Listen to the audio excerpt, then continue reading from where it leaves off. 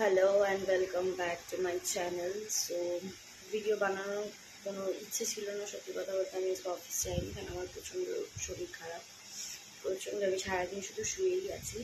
Video বানানোর একটাই উদ্দেশ্যটা হলো গিয়ে আমার বাড়িতে দুজন ব্যক্তি আসছে। চলো তোমাদের দেখাচ্ছি কে কে আসছে। মা আমাকে বলছে এসি চালিয়ে দিতে, জীবনে আমার জন্য বলে না কোনোদিন যে তুই এসছিস বা গরম লাগছে এসি চালা।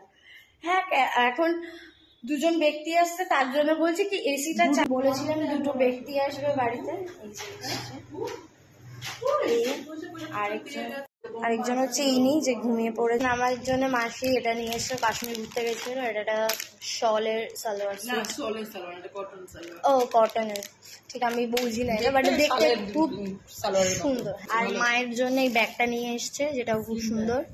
আর এটা আমাদের গোপুর জন্য, খুব মিষ্টি দেখতে। আর তারপরে এটা আমার লাঞ্চ ছিল। চকলেট খাও।